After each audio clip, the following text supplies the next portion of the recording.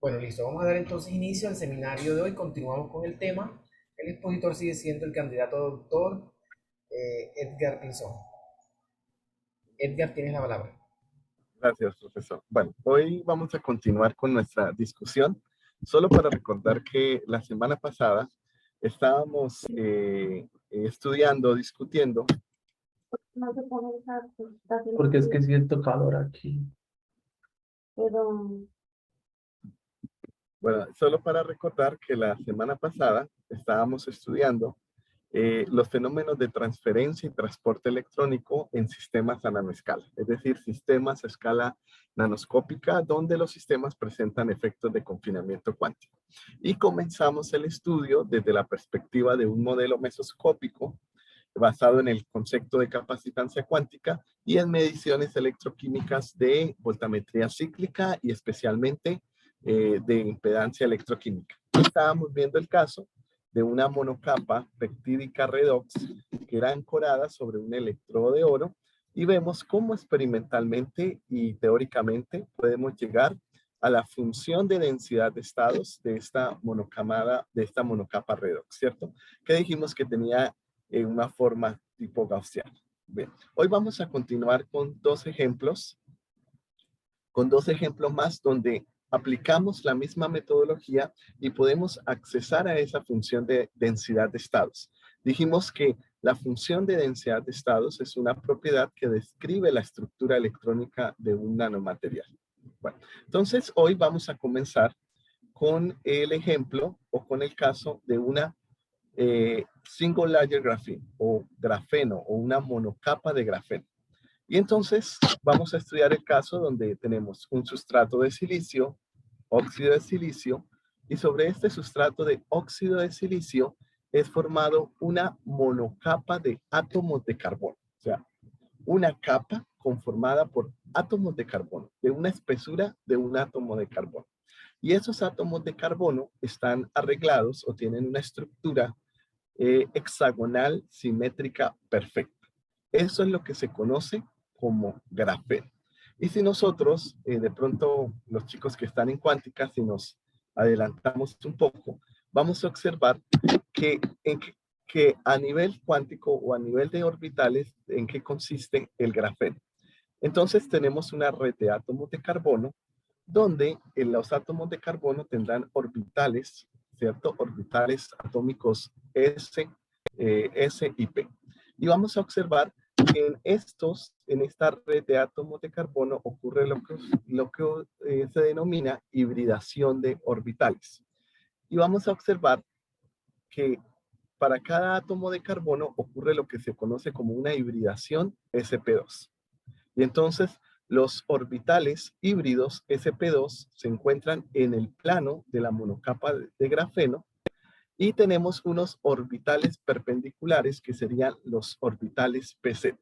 Y entonces el grafeno, desde un punto de vista químico, a nivel de la teoría de orbital molecular, se define como una red de carbonos sp2. Entonces, en el plano tenemos orbitales sp2 y perpendicular al plano tenemos los orbitales pz. Y estos orbitales sp2 también tienen una interacción que se conocen como interacciones sigma, y los orbitales perpendiculares al plano, que son los orbitales pz, también tienen una interacción que son conocidos como una interacción pi. Esto solo como para dar una descripción a nivel de orbitales del grafeno. Más desde el punto de vista de la ciencia de materiales, podemos imaginarnos una capa de átomos de carbono organizados en una red hexagonal perfecta. Déjenme decirles que este material es uno de los materiales de moda desde hace algunos años.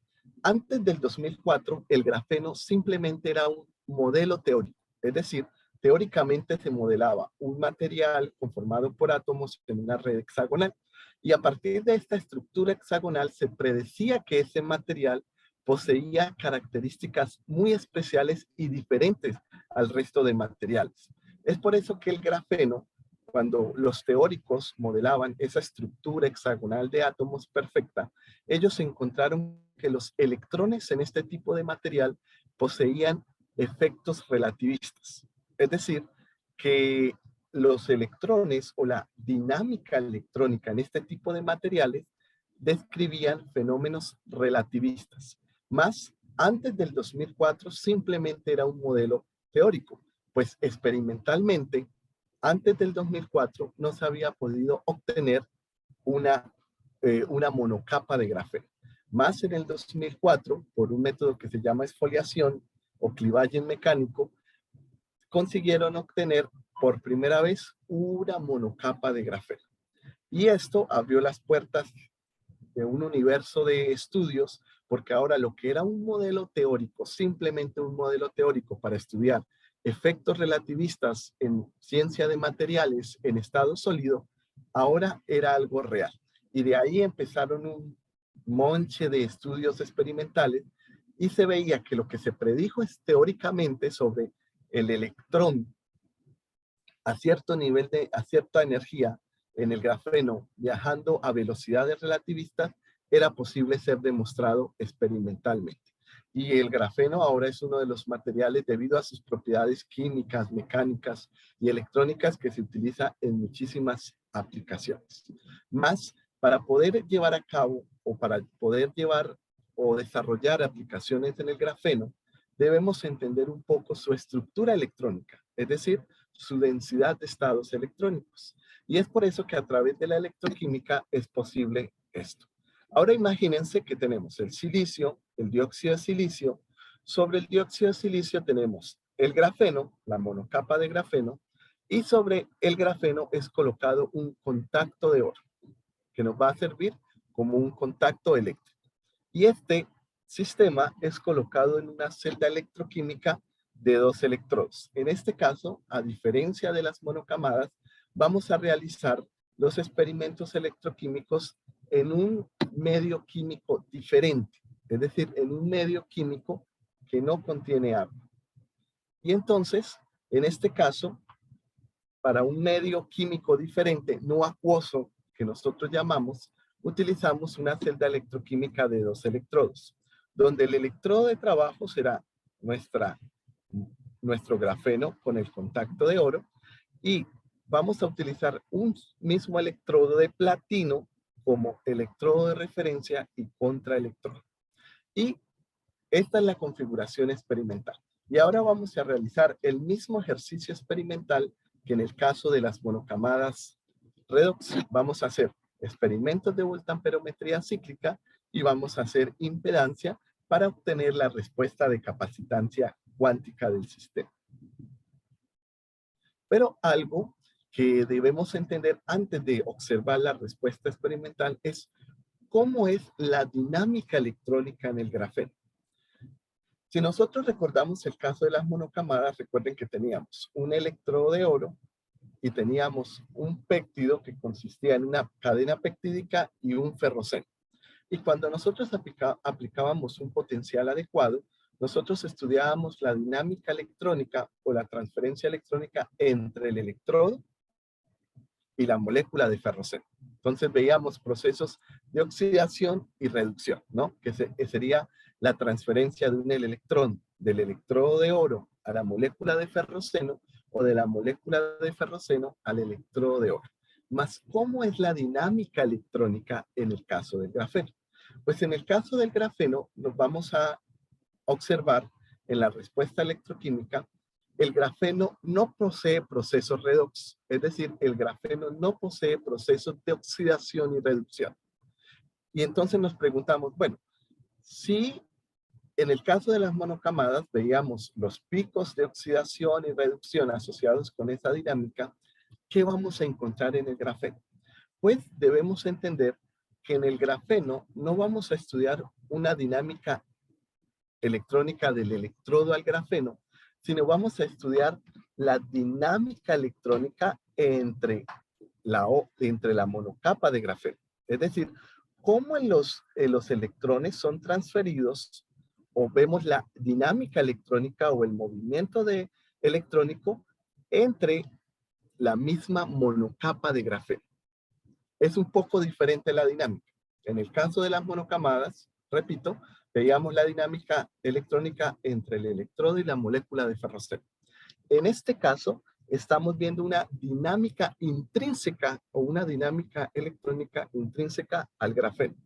Es decir, cómo los electrones, o vemos el movimiento electrónico a través de la monocapa de grafeno. Y ese movimiento electrónico a través de la misma monocapa del grafeno también es un proceso de carga y descarga de estados, puesto que cuando un electrón se mueve de un estado para otro, se estarán creando o tanto estados huecos, ya que un electrón se mueve, o se estarán llenando también estados vacíos. Y entonces cuando nosotros hacemos voltamperometría cíclica de esa monocapa de grafeno, lo que vamos a encontrar es esta respuesta voltamperométrica. Y si nosotros recordamos, la respuesta voltamperométrica obtenida para la monocapa redox es un poco diferente. Aquí nosotros no observamos picos de oxidación y reducción. Aquí observamos una respuesta que nosotros llamamos casi rectangular o una respuesta rectangular.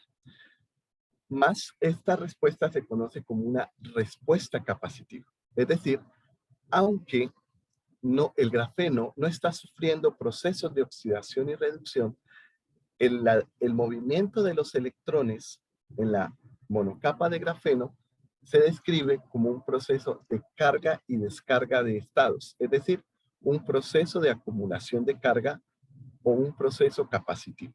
Y entonces observamos esta respuesta casi rectangular. Ok, entonces esta es la respuesta voltamperométrica debido a esta dinámica electrónica del grafeno en la misma capa de grafeno.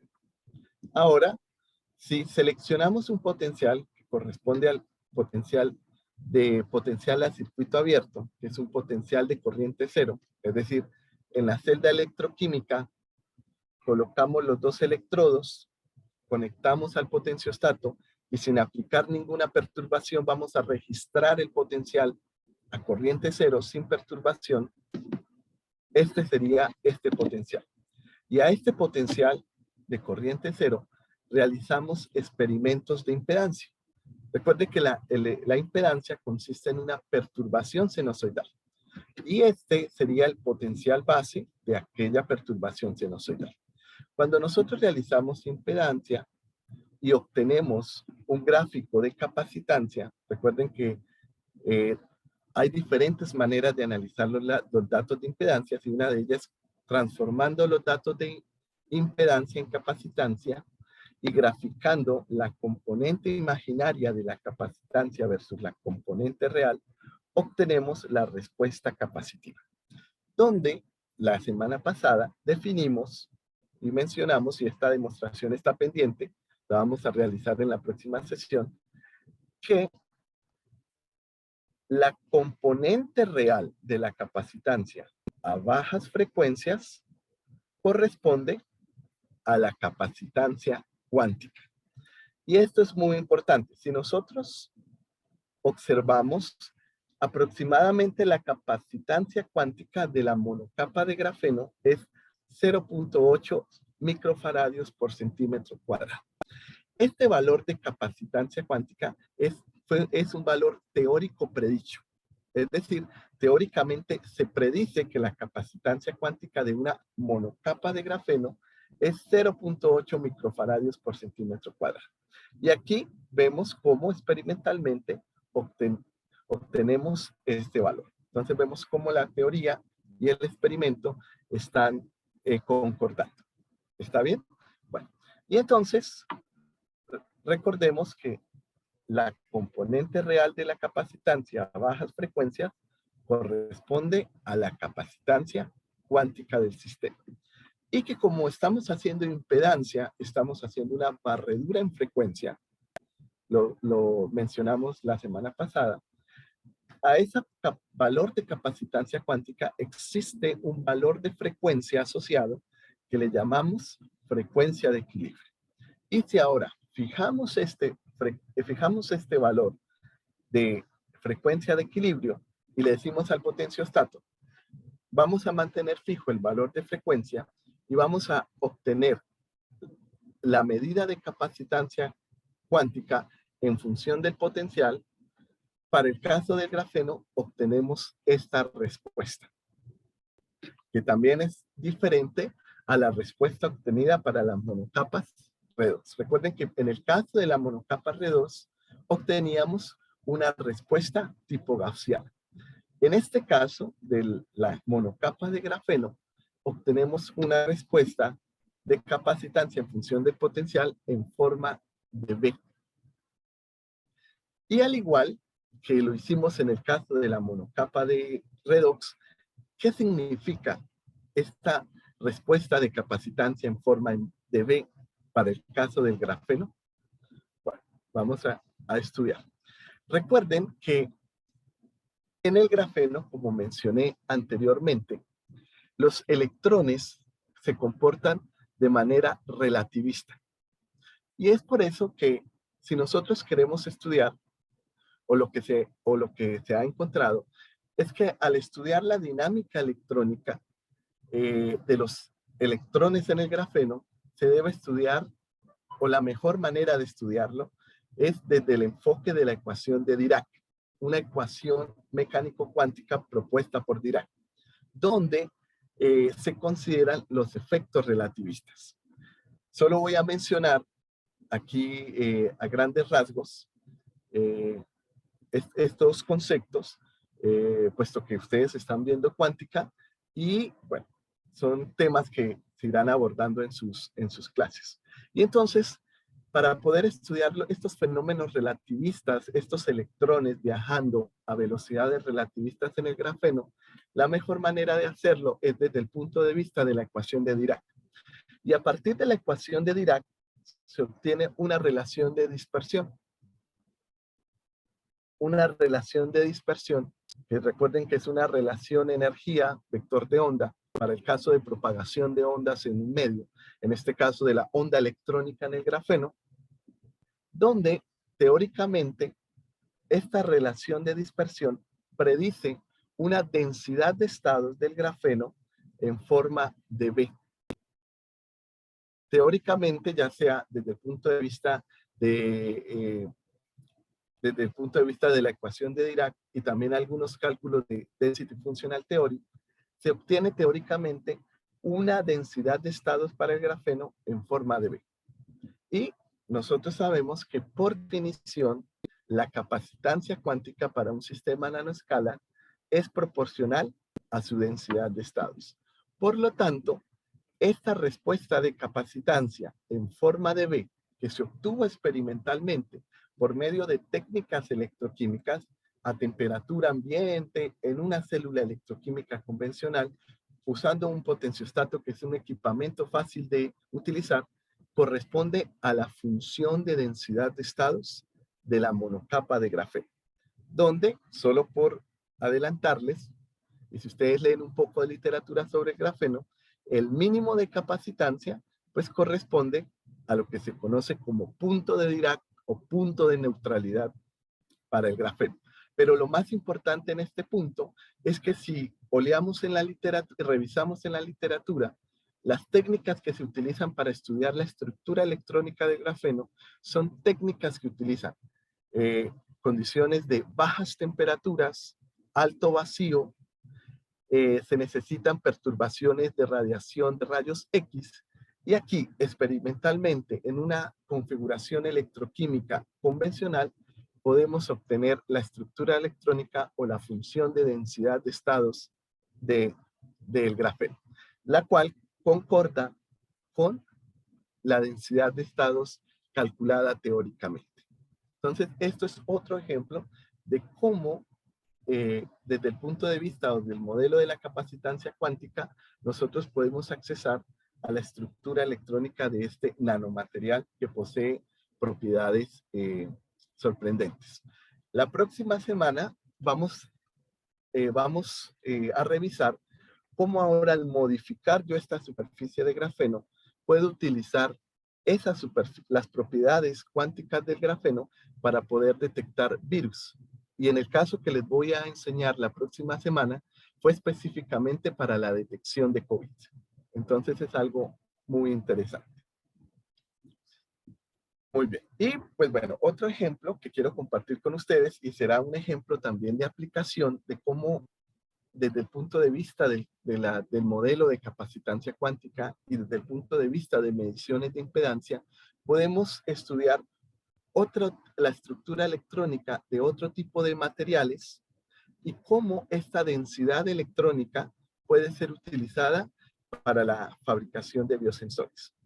En este artículo que publicamos el año pasado, se determinó o se estudió la densidad de estados de una interfase semiconductora a nanoescala. Entonces, observemos que estudiamos un sistema molecular, que son las monocapas redox.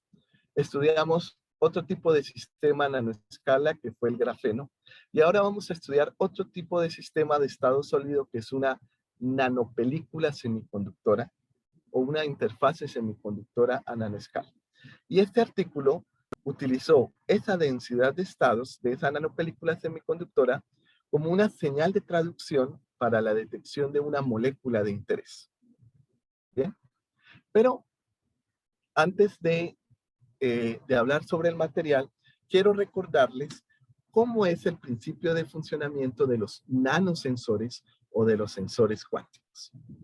Recordemos que tenemos un sustrato conductor o un sustrato semiconductor, oro, platino, carbón vitrio, carbono, y sobre ese sustrato, por algún medio físico-químico, acoplamos un sistema a nanoescala, sea una monocamada redox, sea grafeno, una película semiconductora, puntos cuánticos, donde sabemos que el tamaño de ese sistema está por abajo de los 10 nanómetros y que al menos presenta efecto de confinamiento cuántico en una dimensión. Es un nanomaterial acoplado a un sustrato. Si yo modifico ese nanomaterial que posee propiedades cuantizadas, que posee propiedades cuánticas, con algún tipo de receptor, es decir, con un elemento de reconocimiento específico a la molécula que yo quiero detectar, y pongo en contacto este sistema sustrato donde encuentra la molécula target o la molécula analito que yo quiero detectar, puedo ver cómo la interacción entre la molécula target que yo puedo detectar y el receptor que está sobre la superficie del nanomaterial afecta las propiedades electrónicas cuantizadas del nanomaterial. Y específicamente, en el caso de nuestros sensores cuánticos capacitivos, cómo esta interacción entre la molécula target que quiero detectar y el receptor afecta, por ejemplo, la respuesta de capacitancia cuántica del nanomaterial.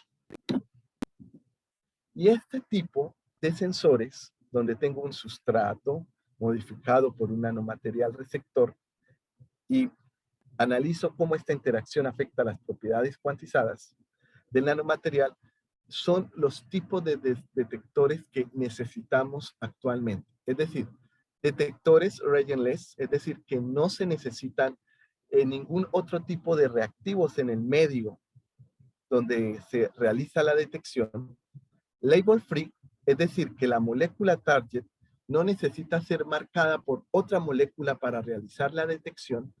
Y ya que estamos hablando de plataformas, ya que estamos hablando de nanomateriales y de sistemas de detección electroquímica, poder desarrollar plataformas Points of Square. ¿A qué se refiere este tipo de plataformas? Que podamos miniaturizar el sistema de tal manera que el dispositivo pueda llegar a las manos del usuario final. Es decir, nosotros en la pesquisa o en la investigación de biosensores debemos tener en nuestra cabeza poder desarrollar dispositivos cuyo objetivo sea que lleguen a la mano final del usuario final. Es decir, que la persona pueda tomar el dispositivo y en su casa poder realizar la medición. Esas son las tres características de un dispositivo eficiente hoy en día. Y es por eso, por ejemplo, que en el laboratorio donde realizo mi doctorado, dirigido por el profesor Pablo Roberto Bueno, se ha desarrollado una metodología de detección capacitiva label free. o una metodología de detección capacitiva cuántica, donde, por ejemplo, este caso también lo vamos a utilizar, lo vamos a analizar la semana que viene.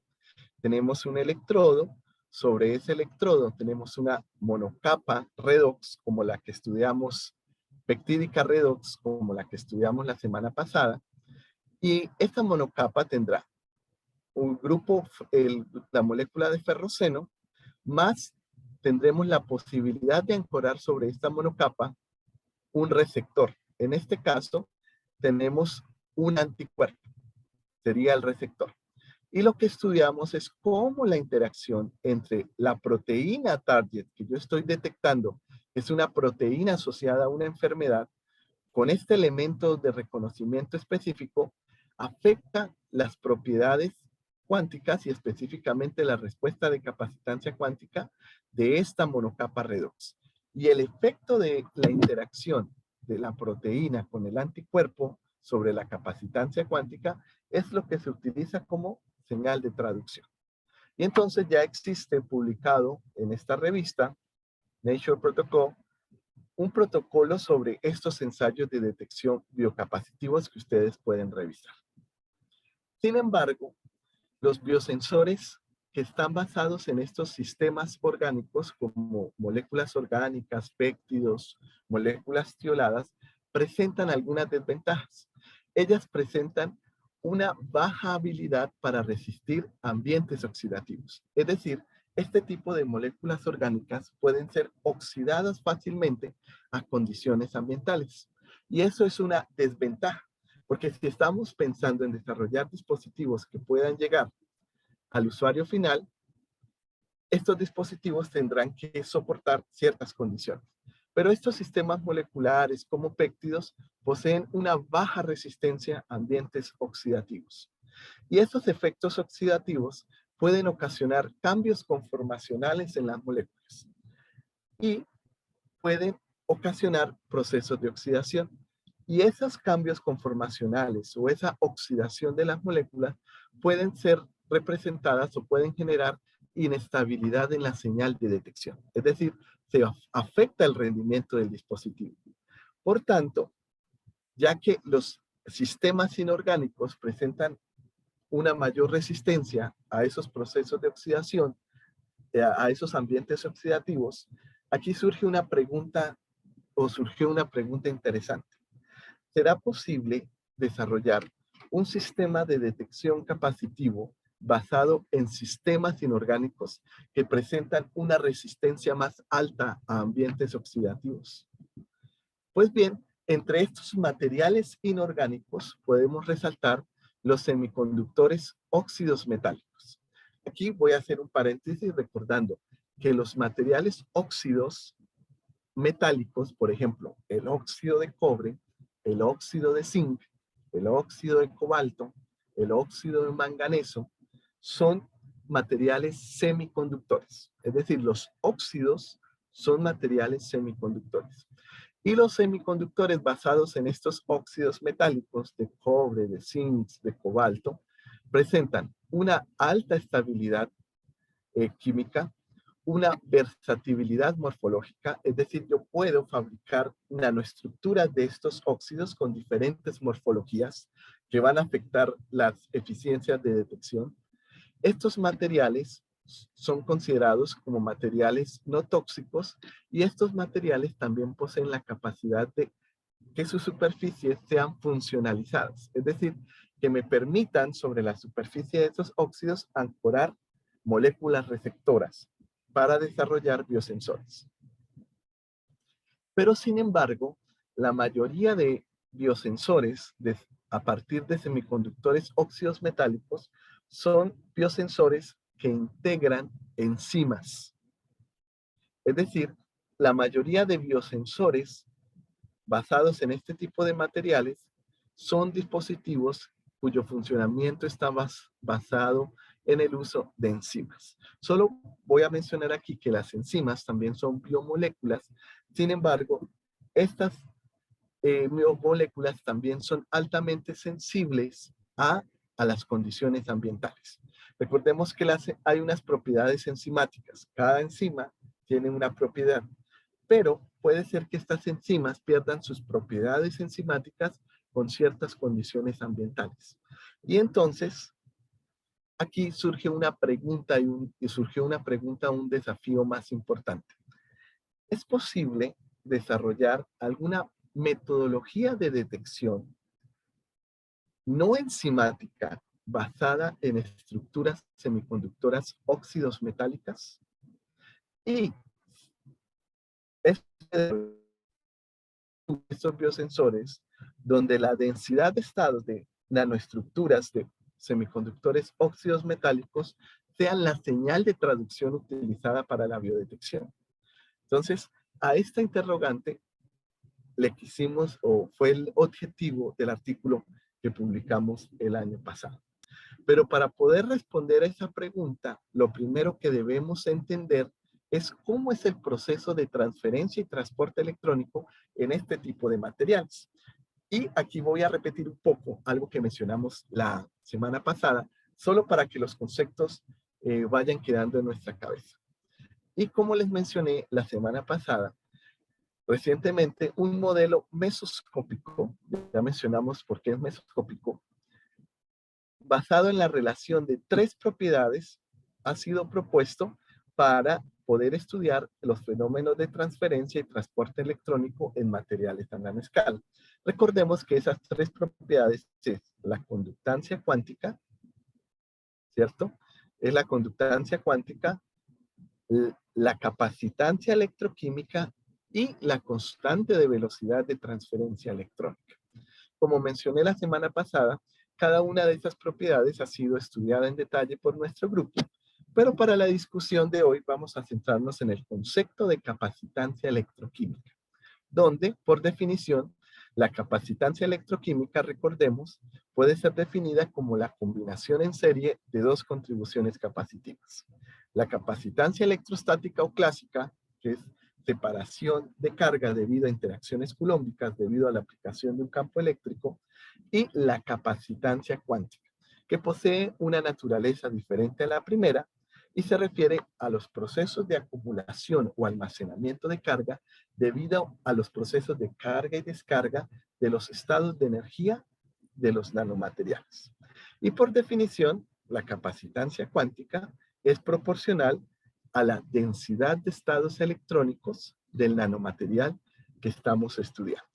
Y recordemos que la respuesta de capacitancia cuántica de un nanomaterial acoplado a un electrodo puede ser resuelta experimentalmente por espectroscopía de impedancia electroquímica, que es lo que hicimos con los 2 casos anteriores. Y entre estos metales, entre estos semiconductores óxidos metálicos, tenemos los óxidos de cobre, donde podemos encontrar principalmente, aunque tiene otros estados de oxidación, más los principales materiales es el óxido de cobre 1, el cual responde a esta fórmula química, y el óxido de cobre 2. Recuerden que aquí vamos a recordar un poco de química fundamental. En este caso, el cobre tiene un estado de oxidación más 1, y en este caso, el cobre tiene un estado de oxidación más 2. Y estos óxidos de cobre presentan un comportamiento electroquímico redox, es decir, ellos son electroquímicamente reversibles, es decir, yo puedo pasar de un tipo de óxido a otro por medio de reacciones de oxidación y reducción que son reversibles. Ellos poseen un alto coeficiente de absorción, por eso son muy aplicados en diferentes aplicaciones ópticas, poseen una buena estabilidad química. Existen diferentes metodologías para sintetizar nanoestructuras de estos óxidos de cobre. Y debido a sus propiedades, estos materiales, los óxidos de cobre, son aplicados tanto para supercapacitores como para sensores, como vamos a observar en esta discusión. Y entonces, el objetivo del trabajo desarrollado en el artículo era, primero, fabricar electroquímicamente una película semiconductora mixta de óxido de cobre 1, óxido de cobre 2 que tuviera una espesura inferior a 10 nanómetros sobre un electrodo de oro. ¿Por qué inferior a 10 nanómetros? Para que la película entre dentro del régimen mesoscópico y podamos observar efectos de confinamiento cuántico en al menos una dimensión. Entonces, en este caso, el confinamiento cuántico estaría en la dirección de la espesura de la película. El segundo objetivo era resolver la densidad de estados de esas películas semiconductoras de óxido de cobre 1, óxido de cobre 2, por medio de mediciones de espectroscopía de impedancia electroquímica y por medio de la teoría de velocidad cuántica. Y el tercer objetivo era probar la utilidad de esta densidad de estados semiconductoras como una señal traductora para detectar alguna molécula de interés. Entonces, estos eran los tres objetivos. La metodología experimental que se siguió para cumplir estos tres objetivos fue la siguiente. Primero que todo, nosotros trabajamos con un electrodo de oro. Estos electrodos de oro consisten en una superficie, en un disco de oro con un diámetro de 2 milímetros. Y entonces lo primero que debemos hacer en el proceso de fabricación de electroquímica de la película semiconductora es aplicar un proceso de tratamiento sobre la superficie de oro. Y este tratamiento sobre la superficie de oro consiste en un polido mecánico de la superficie.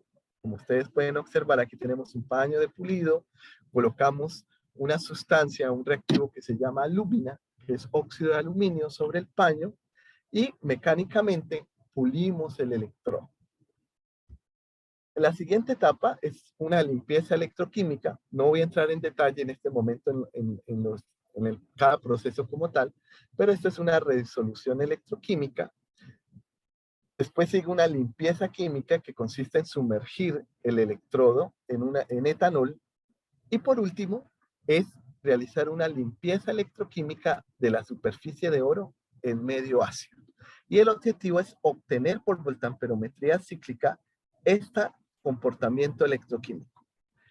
Cuando yo obtengo este comportamiento electroquímico, que se observa aquí en medio ácido, sé que mi superficie de oro tuvo un buen pretratamiento, es reproducible y está limpia. Después de ese pretratamiento de la superficie de oro, el proceso de fabricación de la película consistió en lo siguiente. Sobre la superficie de oro se electrodepositó una película delgada de cobre metálico por electroquímica. ¿Ya? Podemos hablar un poco de electrodeposición en otras sesiones del seminario. Pero electroquímicamente, a partir de una solución acuosa de un precursor de cobre, yo puedo electrodepositar sobre la superficie de oro una película de cobre metálico. Después, esta superficie de cobre metálico fue sometida a un proceso de oxidación electroquímico para obtener una nanopelícula mixta de óxido de cobre 1, óxido de cobre 2. Mire lo importante que son las técnicas electroquímicas. Me permiten fabricar nanomateriales con las características que yo deseo. Entonces, teníamos el electrodo de oro. Sobre el electrodo de oro se electrodepositó una película delgada de cobre y después también por electroquímica, oxidando la superficie de la película de cobre, se obtuvo una nanopelícula de óxido de cobre compuesta por óxido de cobre 1, óxido de cobre 2. Posteriormente, por electroquímica, se caracterizó la espesura promedio o se estimó una espesura promedio de aquella nanopelícula, donde se estimó una película de 3 nanómetros, que está dentro del rango deseado menor a 10 nanómetros, donde vamos a obtener efectos de confinamiento cuántico en al menos una dimensión. Ya obtenida la película de óxido de cobre mixta, lo que se realizaron fueron mediciones electroquímicas para caracterizar esta película semiconductora de óxido de cobre. Se realizaron mediciones de impedancia. Miren que en este caso también es una celda de 3 electrodos. como mencionamos la semana pasada, donde el electrodo de trabajo es el electrodo de oro modificado con la película de óxido de cobre, un electrodo de referencia y un contraelectrodo. Y entonces se realizaron mediciones de impedancia electroquímica en 12 en una solución de un buffer de fosfato. ¿Ok? Y recordemos que a partir de las mediciones de impedancia, yo puedo transformar los datos de impedancia en datos de capacitancia a partir de las componentes de la impedancia. ¿Ok? Como ya mencionamos la semana pasada. Y para cumplir nuestro tercer objetivo, nosotros realizamos mediciones para detectar fenol en solución. Ya vamos a explicar cómo fue el mecanismo de detección. Pero lo que se quería testar o lo que se quería estudiar es cómo, utilizando esta película semiconductora, era posible detectar fenol. Fenol es una sustancia química orgánica que se considera uno de los mayores contaminantes en aguas residuales provenientes de industrias. El fenol es altamente tóxico. Por lo tanto, el control de los niveles de fenol en aguas provenientes de industrias es muy importante. Entonces, el fenol era una molécula de interés. Ok. Pero antes de analizar los resultados que obtuvimos con la película de óxido de cobre 1, óxido de cobre 2, es necesario estudiar un poco en qué consiste la estructura electrónica de un semiconductor. Entonces recordemos que básicamente cuando nosotros hablamos de la estructura electrónica de un semiconductor, estamos hablando de una banda de valencia, ¿cierto? Una banda de conducción y el espacio energético entre las dos bandas se conoce como band gap.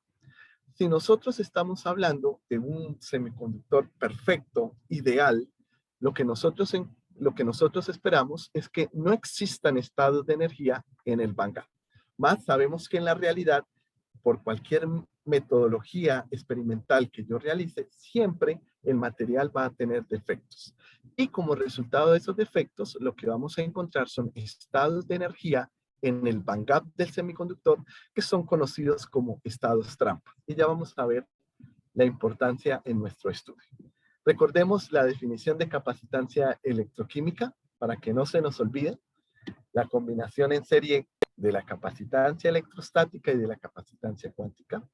Recordemos, esta demostración también se la debo, vamos a hacerla la semana que viene, que para interfaces electroquímicas a nanoescala, a dimensiones nanométricas, asumimos que la capacitancia electrostática es mucho mayor que la capacitancia cuántica, por lo tanto, este término tiende a cero y la respuesta de capacitancia de este tipo de interfaces será aproximadamente igual a la capacitancia cuántica. Es decir, que es la contribución cuántica quien domina la respuesta de capacitancia para un nanomaterial acoplado a un electrodo y embebido en un medio electrolítico. Y recordemos también, para que no se nos olvide, que por definición la capacitancia cuántica es proporcional a la densidad de estados electrónicos del nanomaterial. Esto también ya lo mencioné la semana pasada, para que no se nos olvide. Esta definición de capacitancia es una definición derivada de los primeros principios, es decir, de la mecánica cuántica a temperatura absoluta cero, más en nuestra realidad nosotros no realizamos experimentos a temperatura cero.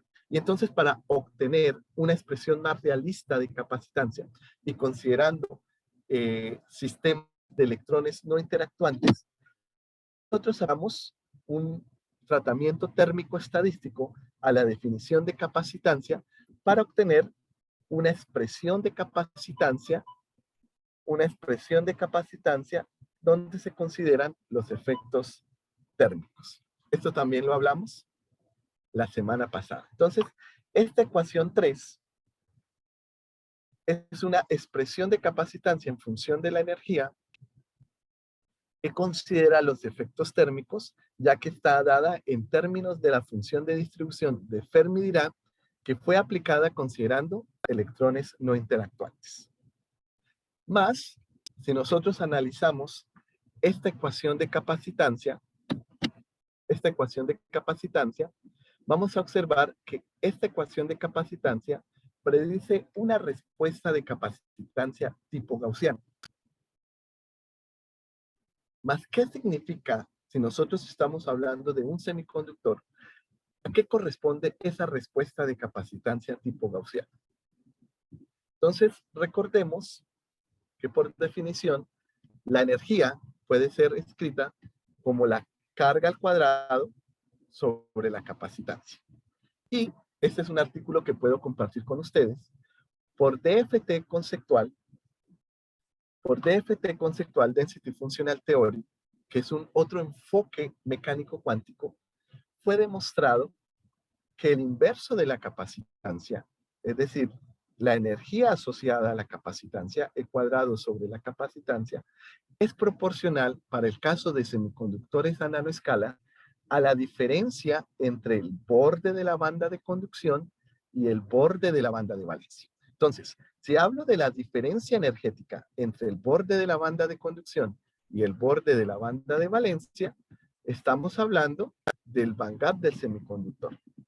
Es decir, que esta respuesta de capacitancia tipo gaussiana describe los estados electrónicos localizados en el bandgap del semiconductor. Ahora, si yo considero potenciales más altos, voy a ahora realizar una aproximación que se considera o es denominada, aquí solo voy a mencionar, sé que ustedes todavía no han visto mecánica estadística, solo voy a mencionar aquí los conceptos para que ustedes los tengan en su cabeza. Mas si ahora considero energías más altas, puedo aplicar sobre la función de Fermi-Dirac una aproximación que es conocida como la aproximación de Boltzmann.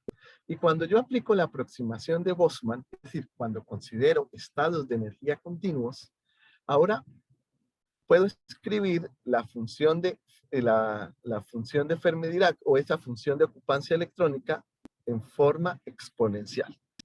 Y entonces, ahora en este caso, voy a obtener una expresión de capacitancia cuántica en función o en forma de una función exponencial, como podemos observarlo en la figura. Más, ya dijimos que la respuesta tipo gaussiana describe los estados localizados en el bandgap. Ahora, ¿qué representa esta respuesta tipo exponencial que fue derivada a energías más altas o a potenciales más altas? Pues bien, como estamos hablando que la estadística de Boltzmann, la aproximación de Boltzmann, describe estados continuos de energía desde el punto de vista de la mecánica estadística, esta expresión de capacitancia crítica en forma de una exponencial escribe los estados en la banda de conducción. Recuerden que hablamos de banda porque estamos hablando de una distribución continua de estados de energía. Es decir, los estados de energía del semiconductor son tan próximos que los modelamos como una banda. Y esta respuesta de capacitancia tipo exponencial describe los estados o la distribución de estados en la banda de conducción. Y entonces ahora si yo uno las dos contribuciones o las dos expresiones de capacitancia cuántica, voy a esperar una respuesta de capacitancia cuántica que de tipo gaussiana que describe estados en el bandgap, estados discretos en el bandgap del semiconductor o estados trampas en el bandgap del semiconductor que son debidos a defectos en la estructura del semiconductor. Experimentalmente no podemos obtener un semiconductor ideal, siempre van a tener defectos en la red como la falta de un átomo, contaminaciones, de pronto un átomo que no está en su lugar y genera un desorden en la estructura.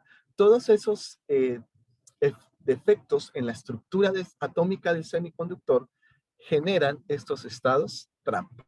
Y estos estados trampa serán descritos por una distribución tipo gaussiana de capacitancia. Y una respuesta tipo exponencial de capacitancia que corresponderá a los estados en la banda de conducción del semiconductor. Y en este caso, bueno, y aquí voy terminando con la sesión de hoy. Entonces, esto es lo que teóricamente se espera, recordando que la capacitancia cuántica es proporcional a la densidad de estados. Esta sería la densidad de estados que se espera desde el punto de vista teórico de la capacitancia cuántica para un semiconductor a nanoescala.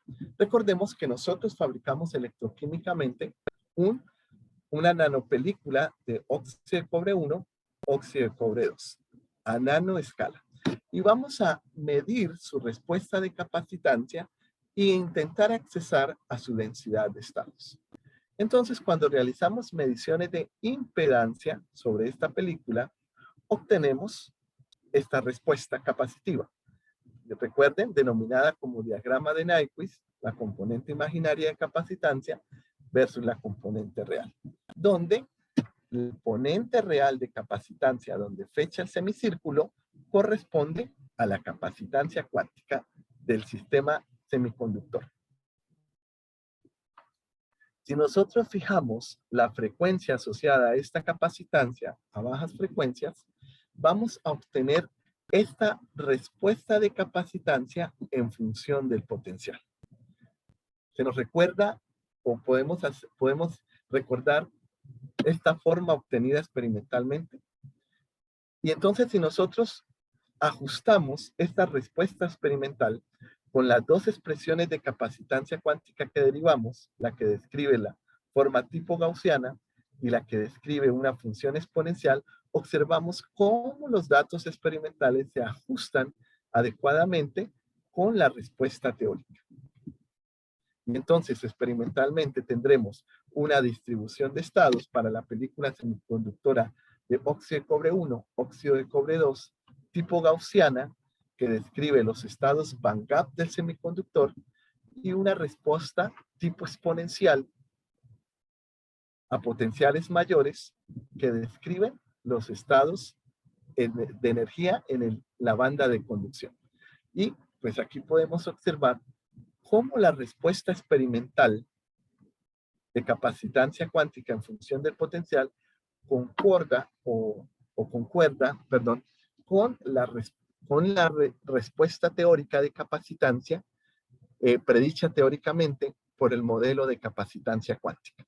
Y ya que la capacitancia es proporcional a la densidad de estados, esta respuesta experimental corresponde a la densidad de estados electrónicos de la nanopelícula semiconductora, los estados del band gap y los estados en la banda de conducción. Y entonces voy a dejar por aquí, por hoy, para abrir un poco espacio para preguntas, y en la próxima sesión ya nos vamos a enfocar en aplicaciones.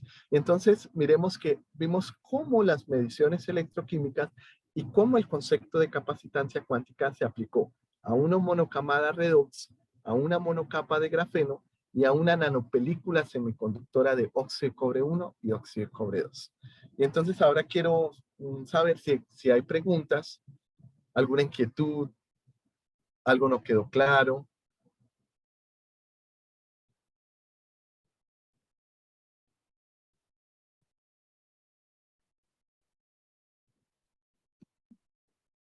Yo quería preguntarle algo, profe Edgar, Sí, claro.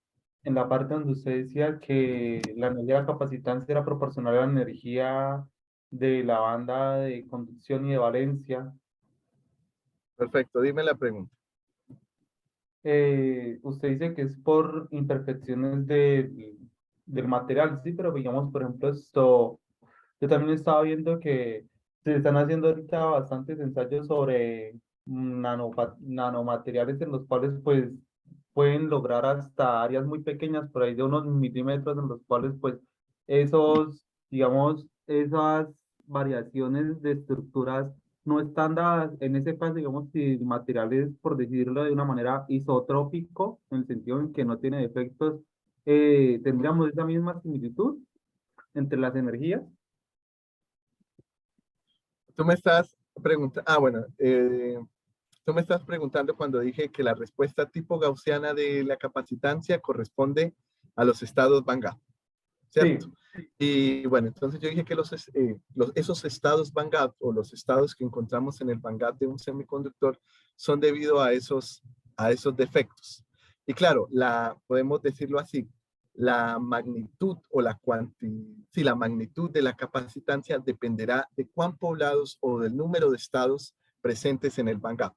Entonces, entre mayor sea la distribución o entre mayor sea el número de estados en el Van Gogh, mayor número de capacitancia o mayor será el valor de capacitancia, ¿sí? Entonces, hay técnicas experimentales, claro que el número de defectos en el material en mi concepto sería imposible para cualquier técnica generar un semiconductor ideal, pero claro, existen técnicas altamente eficientes donde lo que se quiere reducir al mínimo es el número de defectos. Y entonces, claro, en ese caso, si tenemos materiales con diferentes números de estados de defectos, pues tendríamos una variación en sus respuestas de capacitancia. ¿Esa sería la pregunta, Felipe? Sí, señor. Por ejemplo, en el grafeno, Felipe, una de las técnicas que es el CVD, que es la técnica por donde se obtiene el grafeno que nosotros estudiamos, el número de defectos en el grafeno, en esa red hexagonal de átomos de carbono, es mínima. Y es por eso que podemos obtener la densidad de estados en forma de B. Para un grafeno con defectos, por ejemplo, que falten átomos de carbono en la red hexagonal, que tengan otros grupos químicos ligados químicamente sobre el plano de grafeno, ya no vamos a encontrar esa respuesta en forma de B. Lo que vamos a encontrar es que esa B, por ejemplo, con un número considerable de defectos, esa B simétrica perfecta de la densidad de estados va perdiendo su simetría. Entonces, claro, al aumentar el número de defectos en el material, sus propiedades electrónicas y por lo tanto su respuesta de capacitancia cuántica que está asociada a su estructura electrónica va a mudar. Entonces, esto era lo que te explicaba. Esta respuesta de capacitancia es para un grafeno casi perfecto. Si aumento la cantidad de defectos, átomos de carbono faltando en la red, grupos oxigenados sobre el grafeno, esta B simétrica que obtengo experimentalmente se va deformando.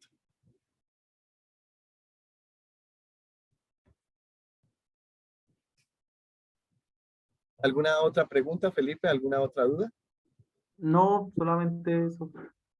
Sí, entonces, dependiendo de la estructura o de las características del material, esa estructura del material va a afectar la estructura electrónica y por lo tanto voy a obtener una respuesta de capacitancia cuántica, o sea, una densidad de estados diferente.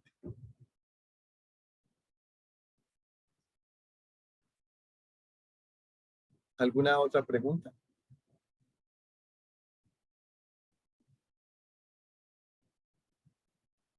Por mi parte, no. Gracias, Felipe. ¿Alguien más tiene otra pregunta?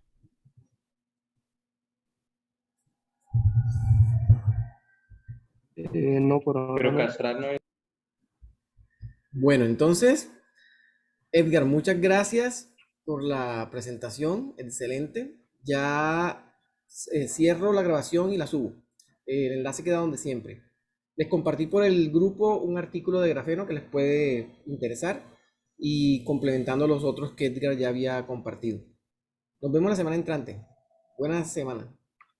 Muchas gracias. Bueno, muchas gracias, Edgar.